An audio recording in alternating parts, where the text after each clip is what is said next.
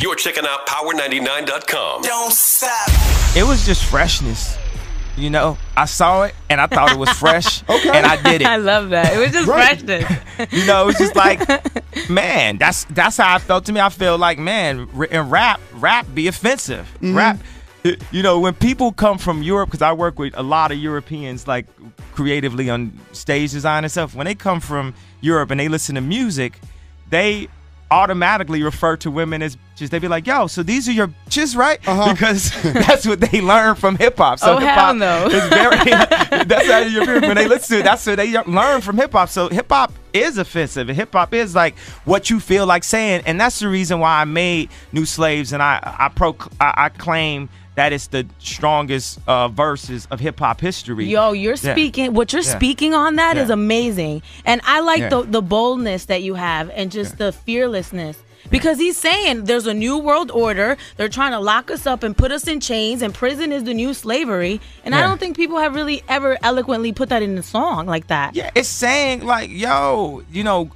raising the charges, gun charges, raising the time on things that relate to black, you know, crimes, particularly to create new forms of slave labor. So what I want to do, I started with the superficial psychological form of slavery, just being enslaved to fashion, and also me being like one of the number one slaves that like picks the most cotton and stuff, and then coming like, master, can I get like a little bit of land and maybe I could get a house for my family? Maybe I can White do this, Jesus, blah, blah, blah. can Like, I do this, white and they're Jesus? like, no, you can't. All you can do is promote our clothes for us. All you can do, you and all your celebrity friends, all you could do is promote for us. And what we want to do is keep serving y'all niggas with these Louis Vuitton prints till none of y'all bills is paid, and making y'all feel like that's the most important thing. And I'm sitting in Paris like, I'm about to turn up on them. I'm feeling like, yo, my mother had nicknamed me Mandela when I was young. I said, I'm about to burn down. So I'm about to go in the Louis Vuitton store and start just ripping down and be like, y'all gonna recognize what we can do. See, because the problem is they let me make a shoe, so I got to sip from the clean fountain for one moment. And I was like, wait a second, this is what good water tastes like? Right. You know, like It's you, good, like you've been eating chitlins your whole life, Ugh. and then you actually get a piece of chicken? Right. And then people say, why can't you do it? You can't. Industries are controlled in a certain way. It's like 6, 7 most powerful people. It's like before there was YouTube, an artist wasn't getting on unless they went through an A&R, went through a talent show. Remember A&R come to town? Everybody knew an A&R was in town. They Hell be yeah. like, It's a big thing. such and such from Def Jam here, you know. And so with clothing, it's like that too. It's Francois, it's a few billionaires. Renzo Rosso, he owns Diesel, Margiela, Marni. He's a friend of mine. Francois Pinault, he hired Alexander Wang at Balenciaga. One of the reasons why I said spend it, Alexander Wang is a friend of mine. I had a conversation about the $1,000 Balenciaga sneaker, and I felt, just from a philanthropist perspective, as an influencer of clothing, I bought the Balenciagas because I thought they had a nice shape. Now it was kids saving up. They checked for 4 weeks because it does have a nice shape, and they also saw me wear it. But these kids don't need to be buying no $1,000 shoes. And this shape that's good doesn't need to be $1,000. And also on the other end, you say, okay, you got H&M and Zara, but the issue is, you know, the quality isn't as good. But then you got other companies like Apple, Adidas, Nike, where it ain't gonna be another company that makes something better and forces you into a luxury mentality. And there's no one that can have an iPhone, no matter how corny you think they are, that'll make you not want to have an iPhone. And I believe that in product we could do the same thing. And this is where I Steve Jobs up on these things, because I see the gap in the market, and I'm gonna make life more easy and more fair, and I'm gonna do it for about 5 years, and then I'm gonna turn up on education. Right. Kanye, do you think you're a revolutionary? Because I get revolutionary from you. Do you believe that that is what you are? Yeah, I'm a Christian revolutionary visionary.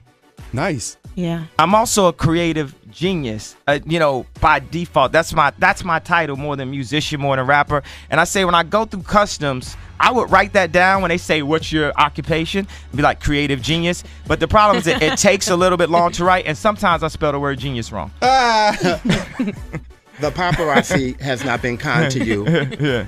What do you really dislike about them? And I know they can be a pain in the... Yeah. What do you really dislike about them? Because they make you They mad. nosy. Yeah.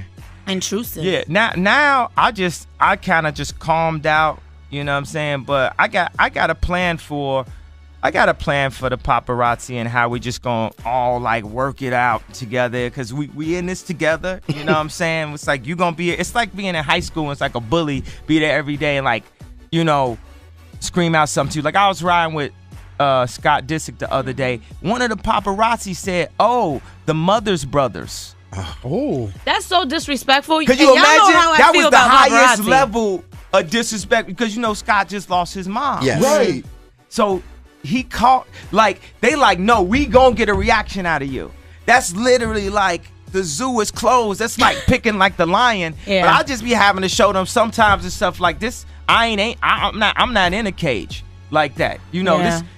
I'm not in a cage of perception. Like when people try to play in that field of people won't like you if you say this. You gonna lose your deal if you say this. I live there. I swim through backlash. I don't care. I'm gonna do exactly what I think is the right thing at the right time. It's about humanity and respect. It ain't about, oh, you a celebrity, you signed up for this, so that mean that people can go just with you all the time. It's like, okay. Yeah, what's going on with Yeezus 2? Because there's rumors. I want to know.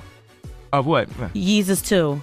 Oh, A the album? continuation, yes. I haven't named my next album, but I have like started on it. I always write, I write down like philosophies all the time. So I'll just have some thoughts, and I just constantly, every time I think of it, I write it. I'm just collecting beats. So I'm just constantly working. How about Cruel Winter? Is that happening? We think about it. I go back and forth on it, but we keep on missing the winter. That's the only problem. It's here now. But the Maybe you're album on ain't. But we thinking about dropping a Cruel Winter, and I like to put out more product. I like to have another album out by next summer. So I'm like going to studio as soon as we leave here. I got this remix that I did with Miley Cyrus, and you jumping on the Miley train, boo? Oh no, I ain't jumping on a train. If I like an artist, You're gonna work with I do them. what I know that's right. Because everybody's on Miley right now, and Watch the Throne and 2. everybody on Miley. What? Yeah, you're right. And Watch the Throne 2. Is that happening? Jalil said y'all was working with something. Yeah, we're constantly working. We haven't made any songs for it yet, but we're gonna see what's gonna happen. I'll tell you, my main focus is to get this product line out, and it's gonna come out next September, and it's gonna be like when I said I was working on an album, and people was looking at me like, yo, no, but you a producer, and every time they have a conversation with me, they use the connotation of Diamond D, Dr. Dre, blah blah blah blah. Now, if you talk to me about music, and within this, I went from not being able to get a record deal to becoming the most important musician of the past 10 years. Non-arguable. Ask any other musician. Mm-hmm. The most important musician of the past 10 years couldn't get a record deal. And I can't say that I rap better than Pac or I'm the best rapper or anything like that. But this clothing, I'm about to be Pac. This gonna be Ralph Lauren meets Steve Jobs, meets Walt Disney, meets David Stern, meets, every visionary throughout culture. I'm gonna mix all of them. And you know how like the College Dropout is. It was like a mix of, Rockefeller, Bad Boy, Tribe Called Quest. But it was new. Yeah. Because we were used to gangster rap at that point, and you came with this fresh sound. Yeah. So it was also visionary as well. It was hard to rap back then if you hadn't killed nobody. Like, it was hard to get like. If you ain't sell no drugs. That was the whole trick. It's like, okay, so I want to sell drugs so I could be a rapper, but not get locked up before I get my deal. But in every song, I'm gonna talk about like how I'm selling drugs, but then I don't want nobody to find out. Yeah. Two questions. Yeah. What do you think of Kendrick Lamar?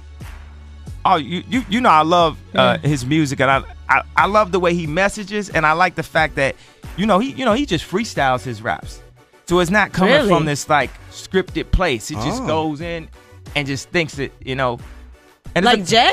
like Jay, like 3000, Really? like I used to do that until the point where I really had to start working on product and working on other things, because then I just had too many thoughts. I just had to start writing my stuff down. But I used to just the first 4 albums I did just all like, I never wrote it down. Yeah. Will you be working on Uncle Charlie's new album? Because I love him. Yeah. I'm execing his next album. Good. Right. Yeah. On the Kendrick, what do you think about the Control verse? Just your thoughts. I don't care really. Like it don't, man. It's hip hop. If you asked the man that took a Confederate flag, you know, put what do it you on think your about side, right? Everything is nothing, man. It's like the Matrix, man. Somebody built this building. Somebody could tear it down. You know, people come into work. People got kids. People got bills. You know, it's funny just how easily amused, you know, we are as a public, as a people currently, and things that make us mad. It's like we got this road rage, we got all this, and that's because we haven't had the opportunity to experience true joy.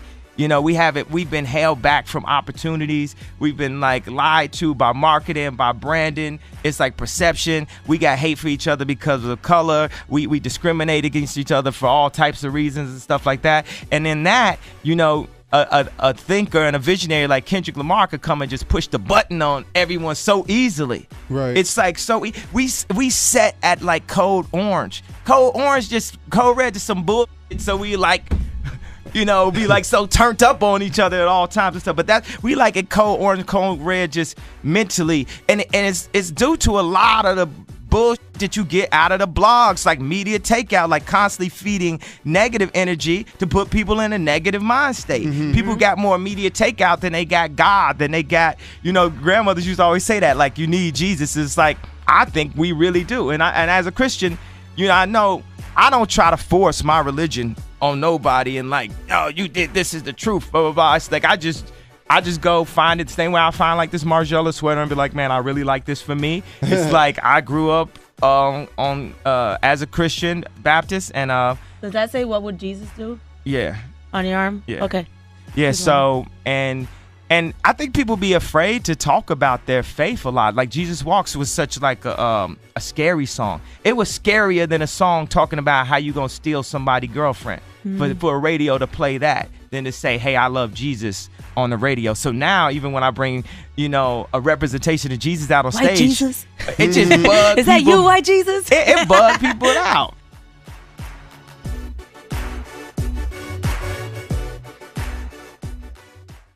It's like creatively on stage design and stuff. When they come from Europe and they listen to music, they automatically refer to women as bitches. They be like, yo, so these are your bitches, right? Because that's what they learn from hip hop. So hip hop is very that's how you when they listen to it, that's what they learn from hip hop. So hip hop is offensive, and hip hop is like what you feel like saying, and slavery, just being enslaved to fashion, and also me being like one of the number one slaves that like picks the most cotton and stuff, and then coming like, master, can I get like a little bit of land and maybe I could get a house for my family? Maybe I White can do Jesus, this, blah, blah, blah. can Like, I do this, and White they Jesus? like, no, you can't. All you can do is promote our clothes for us. All you can do, you and all your celebrities. You're checking out Power99.com. Don't stop. It was just freshness. You know, I saw it and I thought it was fresh, and I did it. I love that. It was just freshness. You know, it's just like, man, that's how I felt to me. I feel like, man, in rap be offensive. Rap, you know, when people come from Europe, because I work with a lot of European People have really ever eloquently put that in a song like that. yeah, it's saying like, yo, you know, raising the charges, gun charges, raising the time on things that relate to black, you know, crimes, particularly to create new forms of slave labor. So what I want to do, I started with the superficial psychological form, and that's the reason why I made New Slaves, and I claim that it's the strongest verses of hip hop history. Yo, you're speaking, what you're speaking on that is amazing. And I like the boldness that you have and just the fearlessness. Because he's saying there's a new world order. They're trying to lock us up and put us in chains, and prison is the new slavery. And I don't think